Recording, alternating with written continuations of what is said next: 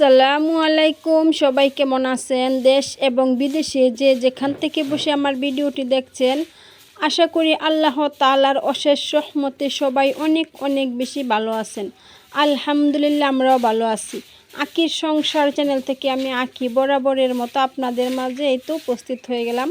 তবে আজকে দুপুরের আগের থেকে ভিডিওটা শুরু করেছি, সকাল থেকে শুরু করতে পারি না, অনেক ব্যস্ততা ছিলাম। আর গত রাত্রে কিন্তু অনেক ঝড় বৃষ্টি হয়েছে, সেই জন্য দুয়ারে অনেক পাতা পড়েছে, তো সকালবেলা আর ঝাড়ু দিতে পারি না ব্যস্ততার কারণে।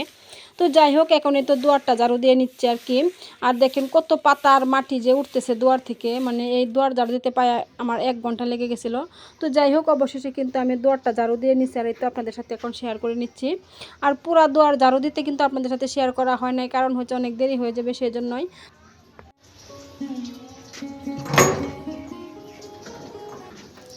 আর এই তো এদিকে কিন্তু গেটের বাহিরেও আমি ঝাড়ু দিয়ে নিছি। আর ঝড় বৃষ্টি হইলে না, মানে কাজ বাড়িয়ে দেয়, এত পাতা পড়ে বাড়ির চতুর্পাশে যে আর বলার মতো না। দুয়ার ঝাড়ু দিতে দিতে কিন্তু আমি একদম শেষ হয়ে গেলাম। আমার হচ্ছে এমনিতেই কোমরে ব্যথা, আর এই দুয়ার ঝাড়ু দিয়ে কিন্তু ব্যথাটা আর কি আরও বেড়ে যায়। তো যাই হোক, এখন একটু দেখতে পাচ্ছেন একটা মিষ্টি কুমড়া কেটে নিচ্ছি। আর এই কুমড়াটা সাতদিনে বাজার থেকে সকালবেলা আনছে, এত বড় একটা মিষ্টি কুমড়া নিয়ে আসছি, কয়েকদিন যে লাগবো না মানে খাইয়া শেষ করতে তা আর কি বুঝতে পারতেছি না। তো যাই হোক, মিষ্টি কুমড়াটা কিন্তু না ভিতরে অনেকটা সুন্দর ছিল আর অনেক মোটা ছিল।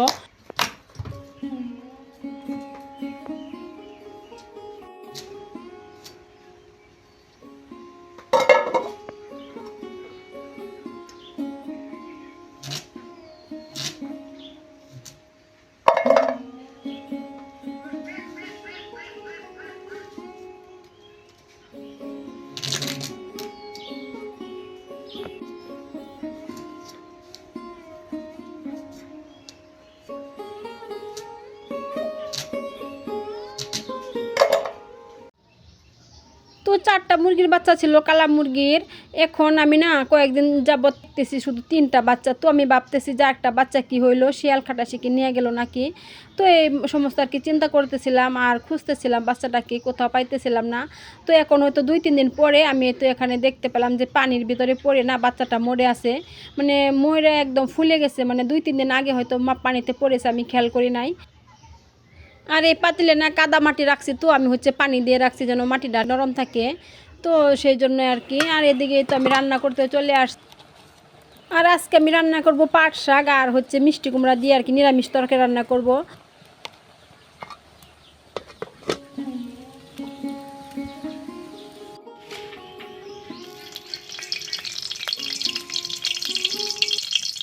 আমার পাট শাক রান্না হয়ে গেছে, আর দিব তার আগে 2টা শুকনা মরিচ ভেজে নিলাম, কারণ পাট শাকের সাথে না শুকনা মরিচ না খেলে কিন্তু ভালো লাগে না। আর তো আমি শুকনা মরিচ ভেজে রেখে এখন তো পেঁয়াজ কাঁচা মরিচ দিয়ে ভেজে নেব।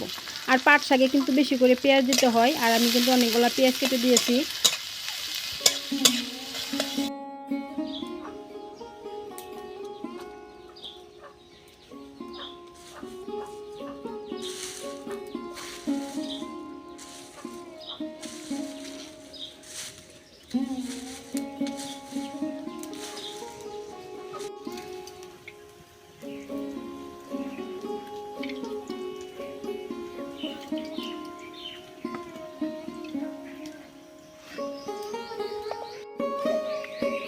আর এদিকে কাঁচামরিচ পেঁয়াজ চুলায় ভাজা হইতেছে, আর আমি এদিকে এই তো মিষ্টি কুমড়া আর কি রান্না করার জন্য সব কিছু গুছিয়ে নিচ্ছি। আর এই তো মশলাপাতি দিয়ে দিচ্ছি আর কি।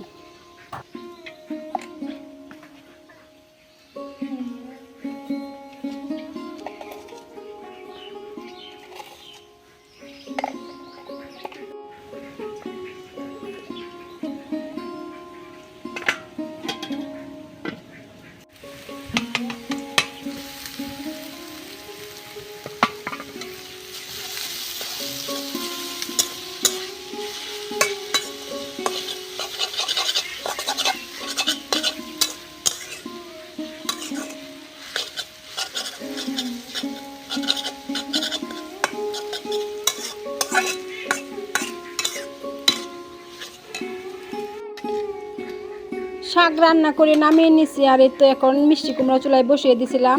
আর তরকারি কিন্তু হয়ে গেছে। আর আমি হচ্ছে এখন বাগার দিব। আজকে আর কি মিষ্টি কুমড়াটা নিরামিষভাবে আর কি রান্না করে খাবো। নিরামিষ আর কি শুধু ঝুল করে নিরামিষ করবো। সেই জন্য একটু তরকারি রান্না হয়ে গেছে। আর তো আমি বাগার দিয়ে দিলাম। আর বাগারটা না অনেকটা পুড়ে গেছিলো। তো যাই হোক, তারপরে কিন্তু তরকারিটা অনেক মানে দেখতেও সুন্দর হয়েছে। আর খাইতেও কিন্তু মাশাআল্লাহ অনেক মজা হয়েছিল। আর মিষ্টি কুমড়াটা না অনেক মিষ্টি ছিল। আর এই তো আমার রান্নাবান্না কিন্তু শেষ। আর মিষ্টি কুমড়ার তরকারিতে কিন্তু একটু ঝোলটা বেশি দিছি, কারণ ঝোল না হলে কিন্তু মিষ্টি কুমড়া আর কি খাইতে ভালো লাগে না। শুকনা শুকনা থাকলে কেমন জানি মাটি মাটি লাগে, তো সেই জন্য ঝোলটা বেশি দিয়ে রান্না করেছি।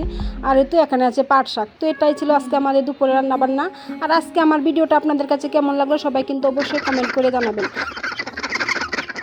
আর এদিকে কিন্তু আমার ছোটো হাঁসগুলাই তো খাওয়ার জন্য কিন্তু মিছিল করতেছে। তো যাই হোক, আমি হচ্ছে এখন এদেরকে খাইতে দিব। আর আপনাদের কাছ থেকেও বিদায় নিয়ে নেব। সবাই ভালো থাকবেন, সুস্থ থাকবেন। আল্লাহ হাফেজ, আসসালামু আলাইকুম।